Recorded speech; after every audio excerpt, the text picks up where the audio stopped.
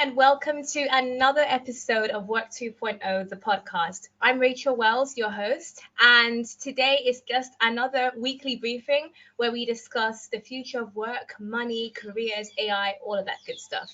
Today, of course, I'm on the tropical island of St. Lucia, so do excuse the birds chirping in the background. This is not your conventional podcast studio, but I'm delighted today because I'm going to be delving into a very exciting topic, something which is actually a terminology which I've heard in the air for a while. Some of you may be familiar with it, some of you may not know exactly what it is. My guest today is going to shed a light on what exactly it is and how relevant it is in today's future of work, being as that's what this podcast is all about.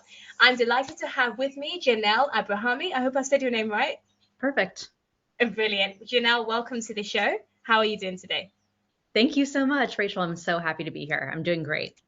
Brilliant, brilliant. So just a bit of context about you, for our listeners who don't know who you are.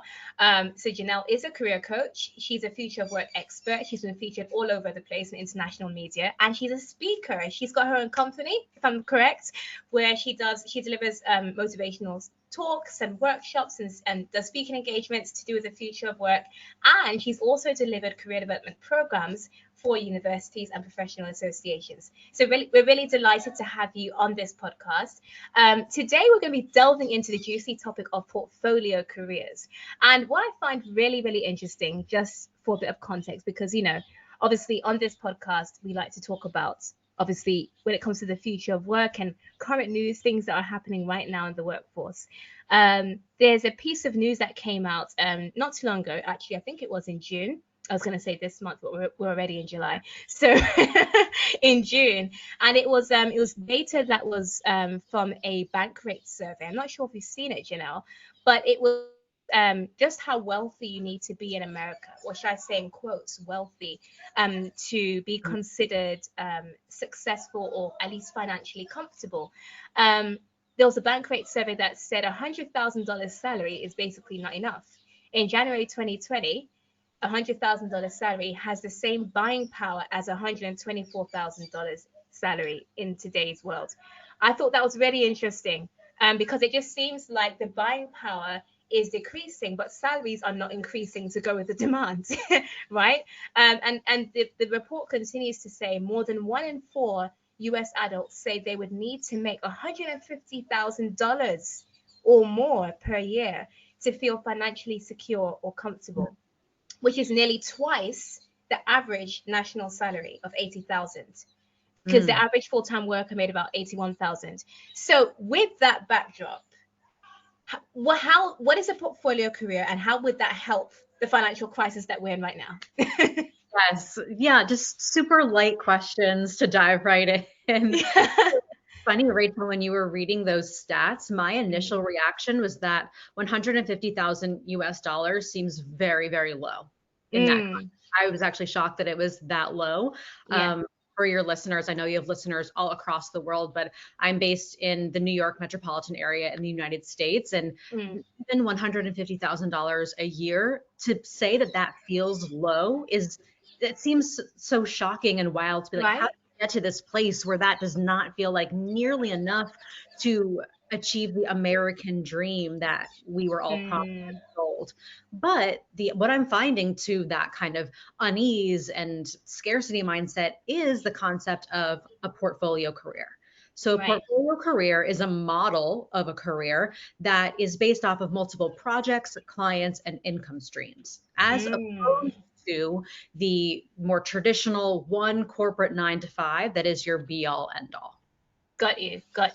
That sounds really interesting. And I think hearing you say 150K sounds small. It's like, how far have we come in this world where that's 6 figures and that's like everyone's benchmark? I want to make a 6-figure income, and I even write about that on Forbes. It sounds like I'm going to need to up my game and stop saying 6 figures and actually say 200K. How to make 200K a year, because it seems like for you to say 150K is small, and you're in New York, I know, but that's actually quite concerning to realize that what we would have seen as the golden benchmark for career success, to say I'm making 6 figures, that's now barely enough to feel comfortable and survive.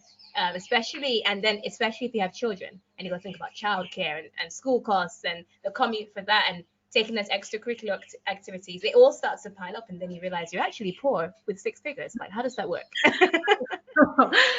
You're spot on. I was even just saying, like, that's not even thinking about owning a home in Right? an area Mortgage. where you have things to do, and there are Yeah. folks around that you want to see, and Right.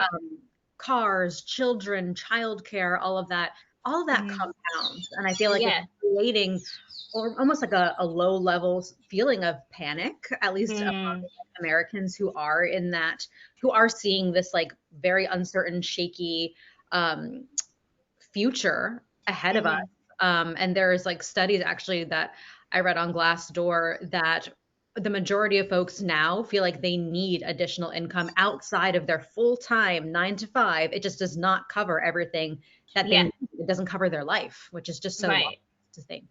So, with that in mind, when we talk about portfolio careers, I know you said it's talking about having multiple income streams essentially. Wouldn't that lead to burnout if you have several things going on at the same time? That's such a good question. The answer could be yes, Mm. but I think that it all depends on your strategy and sustainability that you approach the portfolio career model with. Right. So in my like speaking and writing and advising, the way that I see it, there are 4 C's of a portfolio career. And what I mean by that is there are 4 business models that I think are the smartest and the best for someone who is in the knowledge economy and wants to monetize their smarts and what they're amazing at in the corporate world, but on their own Mm. terms. And those Okay. 4 C's are consulting, Mm. courses and coaching. I bundle them into one, Right. Yeah. monetizing content, Mm. and a paid community. Can you talk us through each of those just briefly? Yes, absolutely. And so my spoiler alert, my TLDR is going to be don't try to do all 4 of them at once. Right. Right. Burnout, absolutely. But if you start with one of the C's and pursue it and build it so that it becomes a sustainable recurring revenue stream, then add another C on top of it. So I can give you a great Mm. example from my own experience.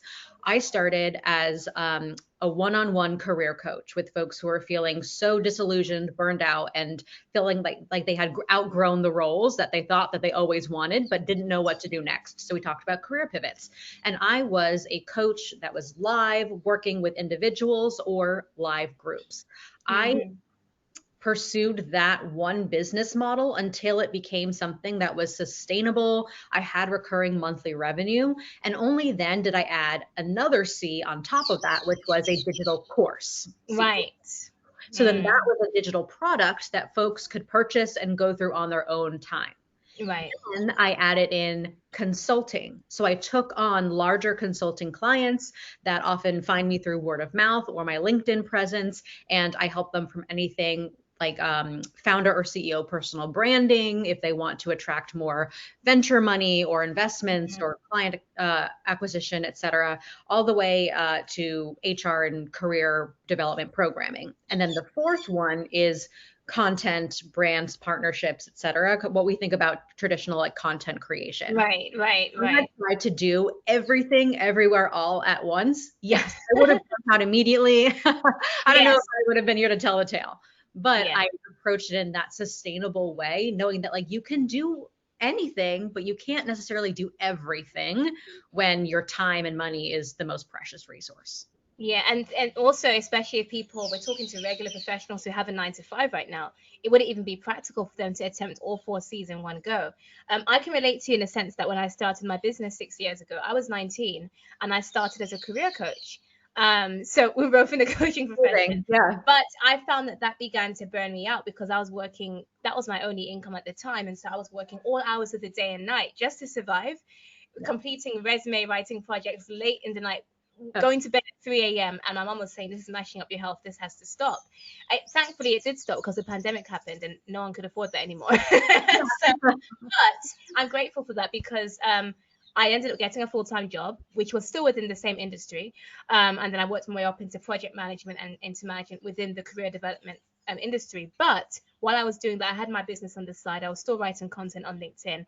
And when I was finally laid off in March 2023 from that job, which was very lucrative, I was initially distraught, like, what am I going to do now? But then I still had that to fall back on. And so all I had to do was change my model and go to another C, go to consulting, go to a bit more focus on content.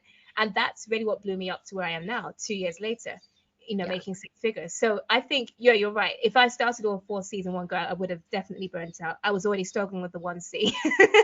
Well, you said But something really great there, actually. I kind of want to like go back and highlight something that you just said, which is when you were laid off, you had something to fall back on. You mm, already had a portfolio career, even when one element of that portfolio career was your 9 to 5 corporate job. right, The right. benefit of that, I think you just so perfectly like illustrated the benefit of it, is that Mm, when or if one of the pillars of your portfolio career suddenly disappears or runs dry, you are yeah. not completely out of luck. You're not like left on your own completely like on the street or whatever. You know what I mean? Like you Yes, have other yeah. things to fall back on if you keep them in motion somehow, Mm. some Absolutely. So let's talk about the money side of things.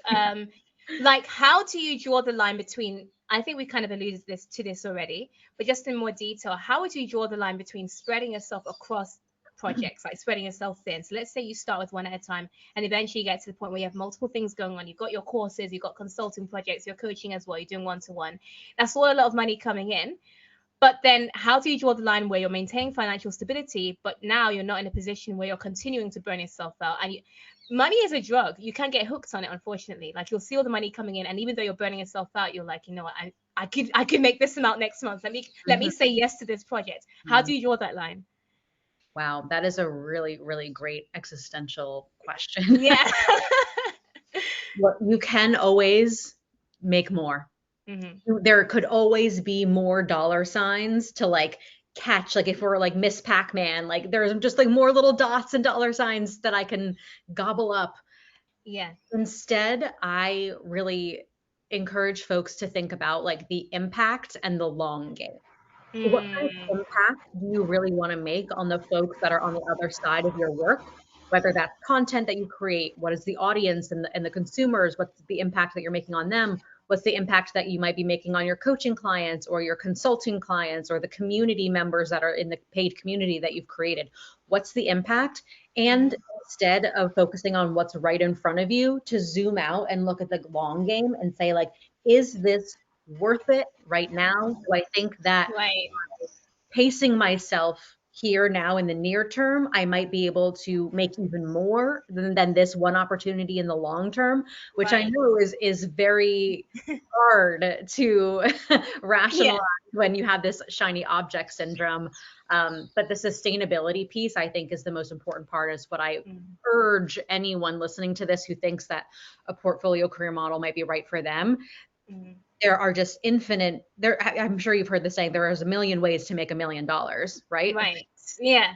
But not all of them are going to be right for you, and not all of them are going to feel aligned with your long-term vision for yourself and your career. Correct. And what you said resonates with me as well because I was reading this week, I think it was a news article that came out from Stephen Bartlett, and he was saying, he was sharing his story that his podcast, Diary of a CEO, which is one of the top business podcasts in the world and across the world, Spotify, everywhere. Um, I think Spotify, I think it was, they wanted to kind of not buy him out, but they wanted to do a partnership, just like Joe Rogan, where they've got that kind of partnership. And he told them no. I He totally actually told him no. And I naturally you're thinking, why would you do that? There's a lot of money at stake here. Why would you do that? And his reason was just basically it wasn't in line with his vision, his goals. He met with his team and they decided what would work better for them and that would align with their vision and goals is not so much the money, but the value that they could personally bring as a team. And they didn't want to kind of outsource that or collaborate with Spotify because that would take away from their vision. And I thought, wow, that is so powerful because he could easily have bagged that and said, okay, let's do it. And that would be a huge success. But I think it's also important to realize there's success in both sides of the journey. The success isn't just in the dollar signs, it's also in knowing that you've fulfilled your value, your purpose, your own goals. So yeah, what you said, I totally agree. And that's what Stephen embodied in that decision that he made. that's a great example. Yeah, I had heard that too, and like it takes some context in that story to really understand.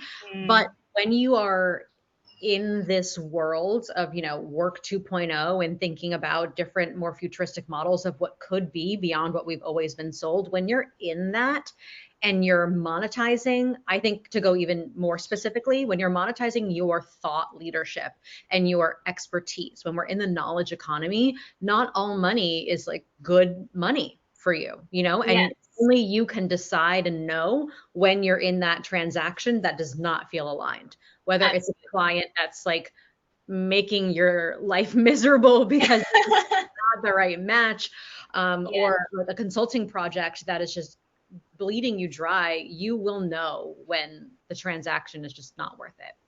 Absolutely. Yeah, I agree. Being true to yourself is so important for sure.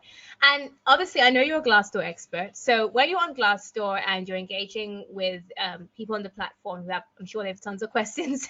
And let's say someone on there was to ask you, and for the people right now who are listening as well, they might be thinking, I've got no idea what skills I could monetize Yeah. outside of my 9 to 5 to even create a portfolio career where I have multiple streams of income coming in.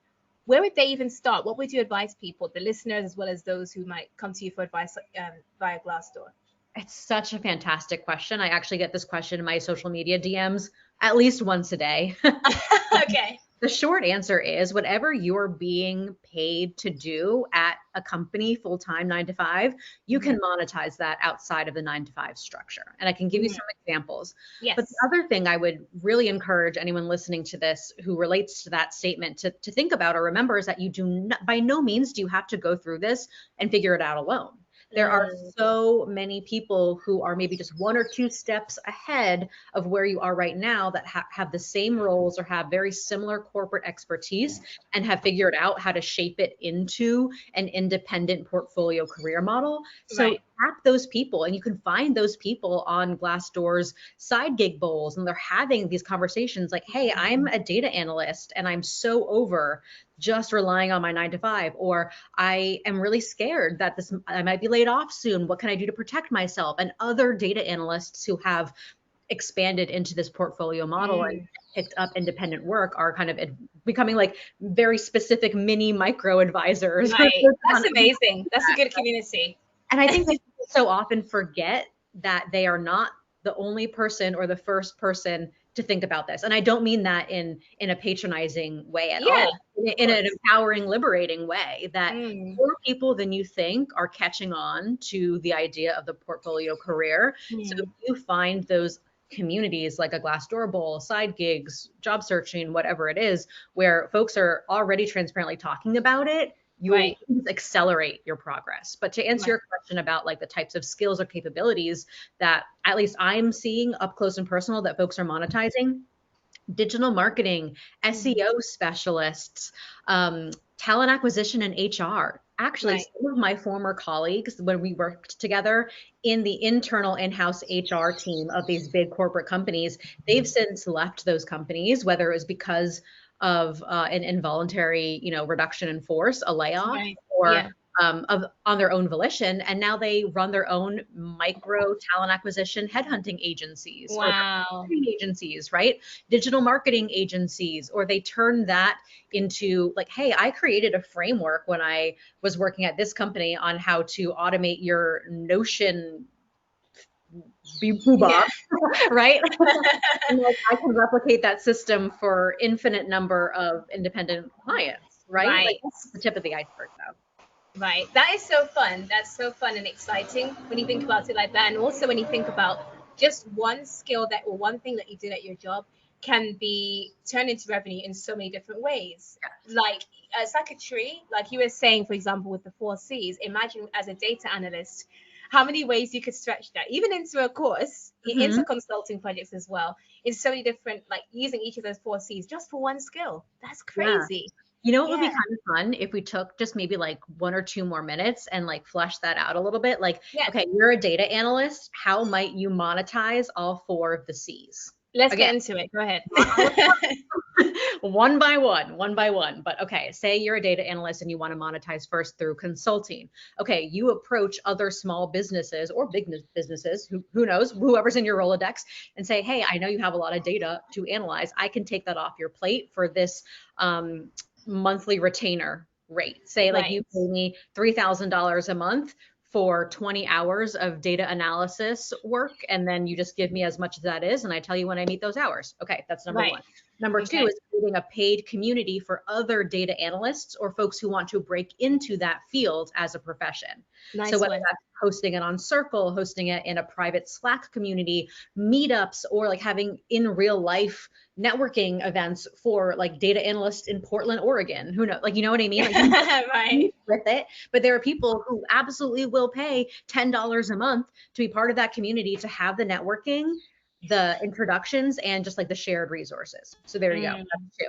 Courses and coaching. Coach an emerging data analyst who's at the very beginning of their career, or a college student, on how to hone their skills, or you can be a little bit more meta with it and coach them on how to get jobs in that field, or Right. their first Right. job, right? A course. All right. Data analysts for dummies, data analysts for beauty marketing professionals. You can get that niche, right? Like, Yeah. I don't know. That Oh, is and amazing. content creation. Okay, so like, hey, come with me for a day in the life of a data analyst using, partnering with Microsoft with, because I can't live in without my Excel or whatever Yeah. like that. Yeah.